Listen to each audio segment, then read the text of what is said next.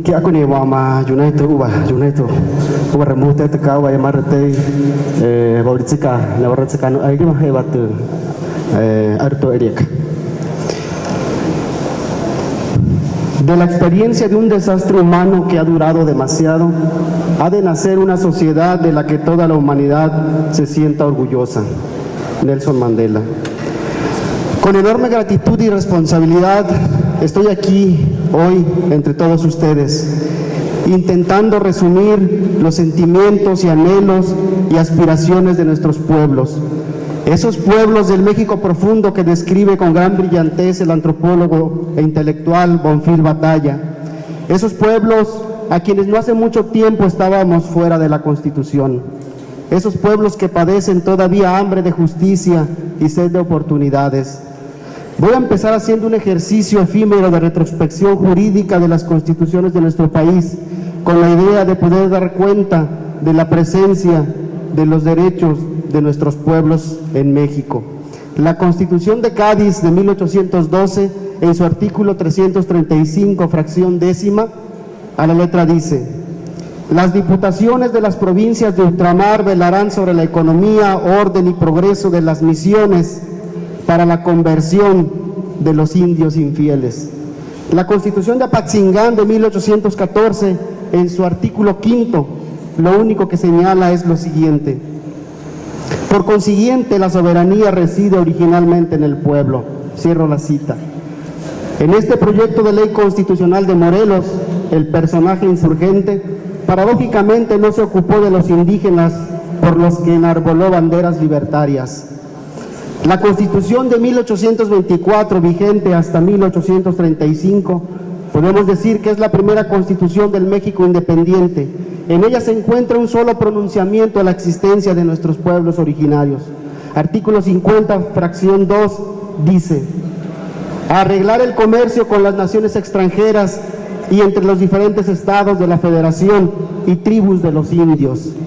La Constitución de 1857, con características vanguardistas, en el artículo 111, fracción primera, respecto a la acción del Estado, señala: no celebrar alianza, tratado o coalición con otro Estado, ni con potencias extranjeras, exceptuando la coalición que pueden celebrar los estados fronterizos para la guerra ofensiva o defensiva contra los bárbaros, los indígenas.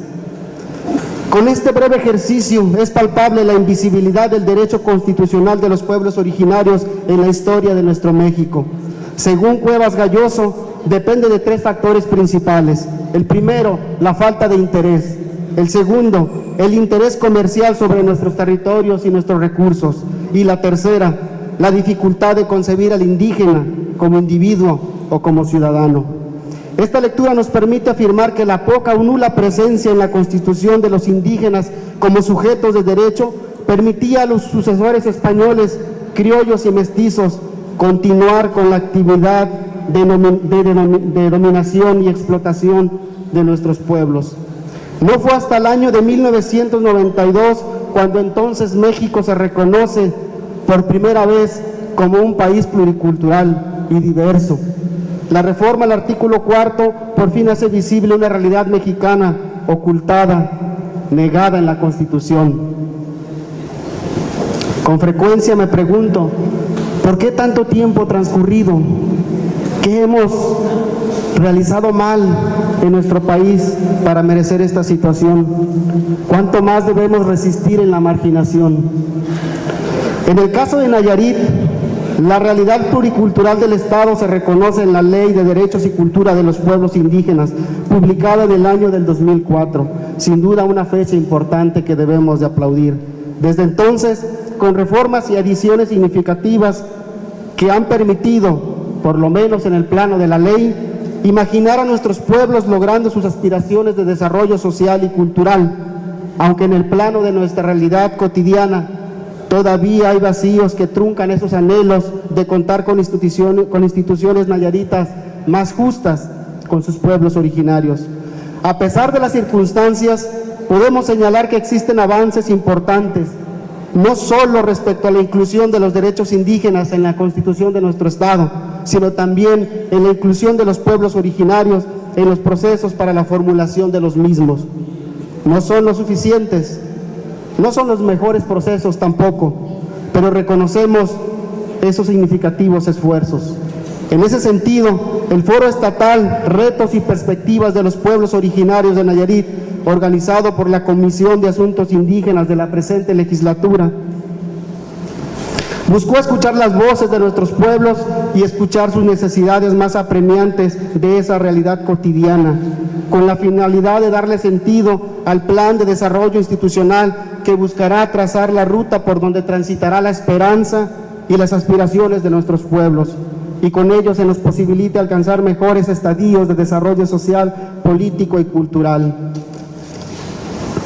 En este foro se presentaron una veintena de propuestas sobre las que se plasmaron nuestros anhelos colectivos, como la de contar con certeza jurídica de todos nuestros lugares sagrados. Se hizo hincapié sobre el derecho de nuestros pueblos a la consulta libre, previa e informada. También se habló de desarrollo social y de derechos humanos, de oportunidades para el desarrollo justo del arte indígena en nuestro estado. Se hizo evidente la necesidad de un catálogo de lenguas y de manifestaciones culturales de nuestros pueblos. Se habló de la inclusión de los pueblos indígenas en la administración pública, ahí donde se toman las decisiones, y de la necesidad de consolidar una verdadera educación bilingüe e intercultural en todo el territorio. Se demandó una atención integral en el área de la salud en la zona serrana como en la ciudad. Y hubo demanda recurrente en varias propuestas de la necesidad de una política lingüística en nuestro estado que promueva, difunda y respete las lenguas originarias, que no las enmudezca y las margine a rincones sociales, porque de ser así y no hacer nada, algunas de ellas quedarán condenadas a desaparecer en este presente siglo. Es nuestro patrimonio intangible más valioso, por donde transitan todos nuestros conocimientos, nuestra historia, nuestras emociones, y por donde se construye el imaginario colectivo de nuestro futuro como pueblos. Anular este derecho es anularnos como ciudadanos. Por todo ello, es importante cobijar bajo un marco jurídico justo y responsable las demandas y anhelos de nuestros pueblos. Truncar las propuestas, dejarlas en el escritorio o archivarlas, no solo es un acto de irresponsabilidad legislativa, histórica, sino un acto que suprime, anula o calla las voces de quienes hace más de 500 años hemos estado en este territorio que hoy con orgullo también llamamos Nayarit, reafirmando con ello una postura colonizante, homogenizante o excluyente de nuestras realidades, de nuestras aspiraciones colectivas como pueblos. Ocasionalmente mi familia y mis hermanos me preguntan, ¿por qué las leyes contienen tantas cosas que no se adecúan o no corresponden a la realidad? Les juro que hago el intento infructuoso de convencerlos de que no es así. Les respondo diciendo que sí hay leyes para nosotros y que se hacen valer. Sin embargo, muchas de las veces ellos también tienen la razón. Hay leyes que no reflejan la realidad que nos circunda. Hay leyes que tienen intenciones mezquinas en beneficio de pocos y sin efectos en la mayoría. Porque quienes hacen las leyes, más de las veces, atrapados en el positivismo jurídico, asumida como doctrina de pensamiento colonizante, dificulta la comprensión de lo válido y lo real.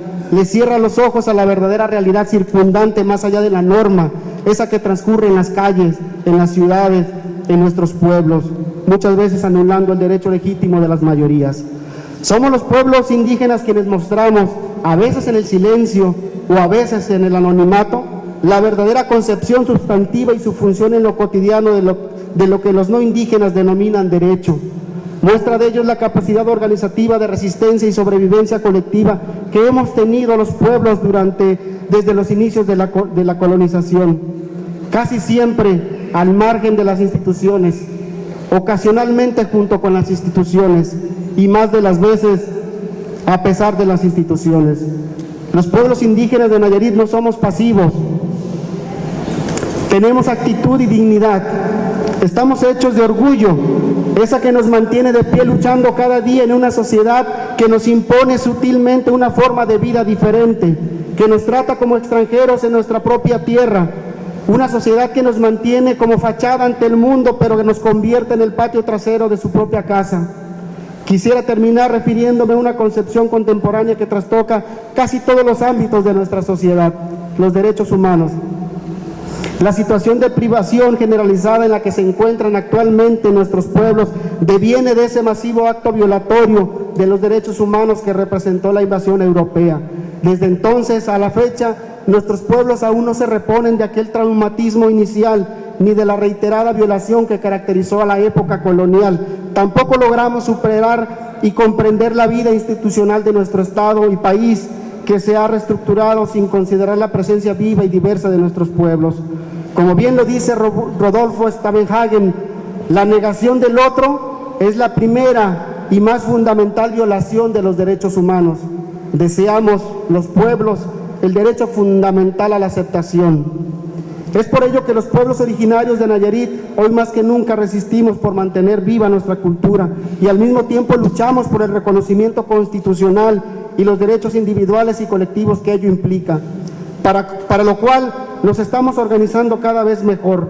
Por ese motivo nos estamos preparando en las escuelas, en las universidades, a pesar de las dificultades que ello implica, porque necesitamos comprender de mejor manera las razones históricas de nuestra marginación legal, institucional, social y cultural.